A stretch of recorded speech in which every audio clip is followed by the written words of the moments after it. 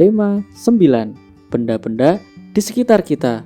Subtema 2, manusia dan benda di lingkungan. Pembelajaran 5. Iklan di radio merupakan salah satu iklan dalam media elektronik. Media elektronik merupakan media dengan teknologi elektronik dan hanya bisa digunakan jika ada jasa transmisi siaran. Setiap media elektronik memiliki karakteristik yang berbeda. Iklan di televisi sangat berbeda dengan iklan di radio maupun iklan di internet.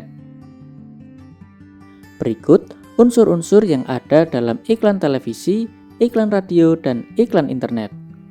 1. Unsur-unsur iklan televisi yaitu: yang pertama, suara. Suara dalam iklan televisi dapat berupa suara manusia, suara hewan atau tumbuhan, musik, atau sekedar efek suara. 2. Gambar.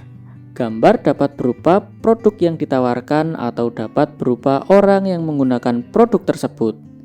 3. Gerak. Gambar bergerak untuk lebih menarik perhatian masyarakat.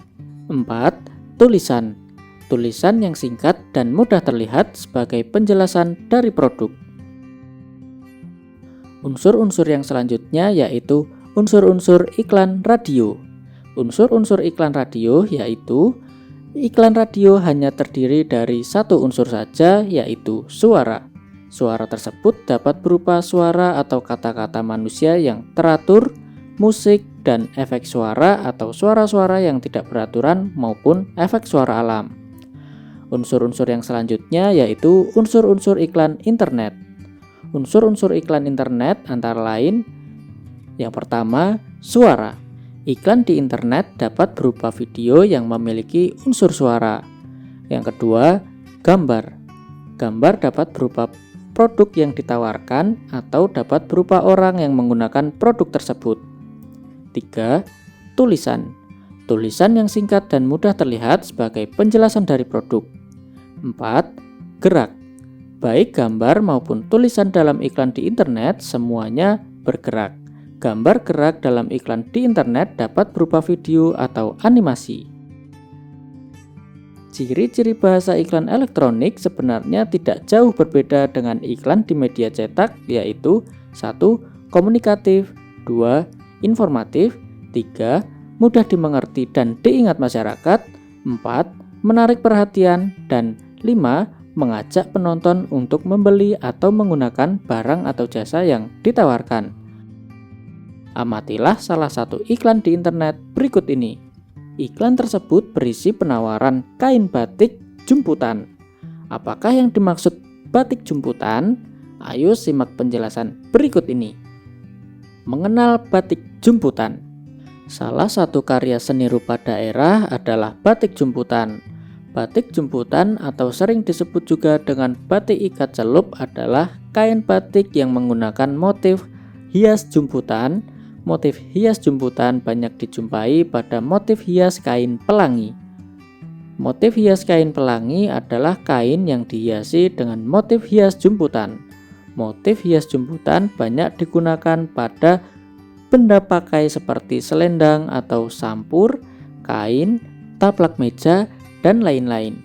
Kain dengan motif hias jumputan tidak hanya terdapat di Yogyakarta saja, tetapi juga banyak terdapat di daerah Palembang, Bali, dan Gresik.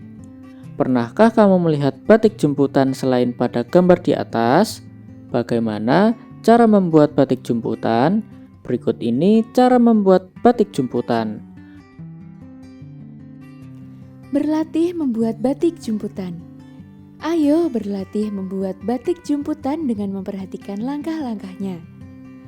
Alat dan bahan yang digunakan untuk membuat kain batik jumputan adalah sebagai berikut: kain mori, tali rafia, gunting, kelereng atau batu kecil atau bola pingpong atau dadu, pewarna kain, panci, kompor, air, water glass, dan gunting. Langkah-langkah pembuatan. Langkah pertama, tutup kelereng atau batu kecil atau bola pingpong atau dadu, kemudian ikat dengan tali rafia. Susun kelereng sesuai dengan keinginan kamu. sehingga membentuk pola bagian motif hias jumputan yang akan dibuat. Langkah kedua, larutkan water glass dengan air hangat.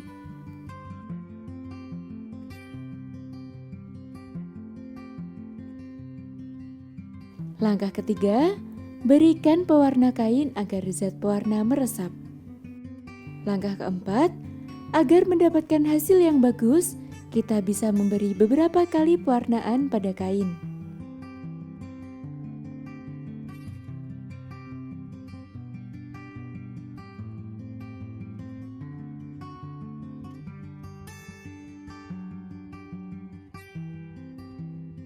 Langkah kelima, jemur kain yang telah diberi warna hingga kering. Batik jumputan sudah jadi. Saat Edo pulang sekolah, cuaca sangat panas. Ia ingin segera meminum segelas es teh. Setelah berganti pakaian, ia bergegas ke dapur. Ibu masih asik membaca majalah sambil mendengarkan lagu-lagu kenangan favoritnya. Edo segera mengambil gelas.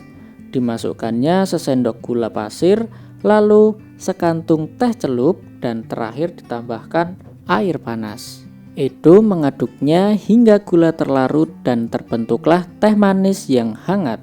Agar tehnya menjadi dingin, Edo menambahkan 6 butir es batu berbentuk dadu yang diambilnya dari lemari es. Seperti yang kamu ketahui, bahwa segelas teh manis yang dibuat oleh Edo merupakan campuran homogen atau disebut larutan. Ketika ditambahkan butiran es, campuran tersebut menjadi campuran yang heterogen karena dapat dipisahkan dengan tangan. Butiran es dapat dipisahkan dari air teh hanya dengan diambil menggunakan tangan oleh Edo.